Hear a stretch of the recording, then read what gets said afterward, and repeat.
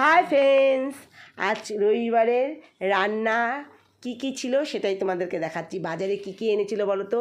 গলদা চিংড়ি এনেছিল, ইলিশ মাছ এনেছিল, মাংস এনেছিল, সবই এনেছিল। ওখানে দেখো মাছের মাথা রাখা হয়েছে, তার পাশে দেখো গলদা চিংড়ির পাগুলো দেখো, শুধু পাগুলো দেখো কত বড় বড় পা। কেন বলো তো এত বড় বড় পা? কেন গলদা চিংড়িটাও বেশ সাইজে বড় ছিল, যার জন্য দেখো ধুয়ে টুয়ে পরিষ্কার করে রাখার পরেও কতটা বড় লাগছে। তার মানে গলদা চিংড়িটা বড়, বুঝতে পেরেছো?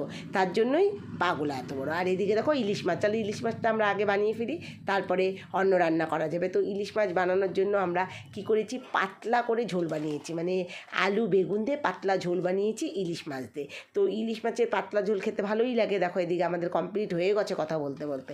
তো ইলিশ মাছের পাতলা ঝোলের সাথে আমরা কি বানিয়েছি বলো তো?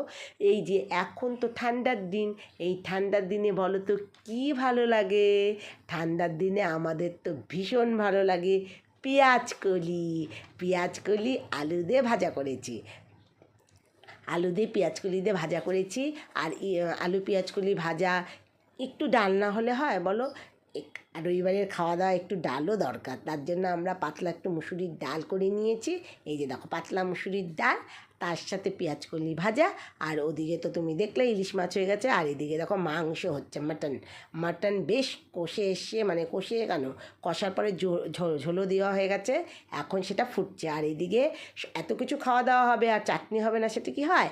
সেই জন্য চাটনি বানানো হয়েছিল, টমেটো আর জলপাই দিয়ে একটু চাটনি করা হয়েছিল। আর ইলিশ মাছের দেখো এই পিসটা তোমাদেরকে দেখায়, এই পিসটা দেখলেই মনে হচ্ছে না এখনই খেতে বসে পড়ি। রবিবারে প্রত্যেক বাড়িতেই হয়, কিন্তু আমাদের বাড়িতে অনেক, মানে আজকে একটু বেশি আয়োজন করা হয়েছিল, খাওয়া দাওয়া একটু ইচ্ছা হয়েছিল আনতে, তাই এনেছিল, আমরাও রান্না করেছিলাম, যার জন্যই তোমাদের সাথে একটু শেয়ার করছি। তো আমাদের ভিডিওগুলো যদি তোমাদের ভালো লাগে তাহলে একটু লাইক করে দিও, একটু জানিও কেমন হয়, কেমন লাগছে। এদিকে দেখো কথা বলতে বলতে চাটনি কমপ্লিট হয়ে গেছে। চাটনি কমপ্লিট হয়ে গেছে মানে কি, চাটনিটা তোমাদেরকে দেখাচ্ছি এই কারণেই যে চাটনি জলপাই দিয়ে বানালে খুব ভালো লাগে খেতে, যার জন্যই দেখালাম। আর এইদিকে দেখো এই যে আমরা রসুনও দিয়েছি, রসুনে দেখলাম রসুনের কোয়াগুলা। তো আমরা ইলিশ মাছ, মাংস, চাটনি সব কিছু বানানোর পরেও ইলিশ মাছের যে মাথাটা ছিল সেটা দিয়ে আমরা কি করেছি বলো তো? এই যে কুয়াশ ঘন্ট করেছি, কুয়াশ দিয়ে ইলিশ মাছের মাথা দিয়ে খেতে খুব ভালো লাগে। তবে আমরা গলদা চিংড়িটা আজকে বানাইনি, ওটা আমরা নেক্সট দিন বাজাবো, তোমাদের সাথে শেয়ার করব। আজকের মতন টাটা।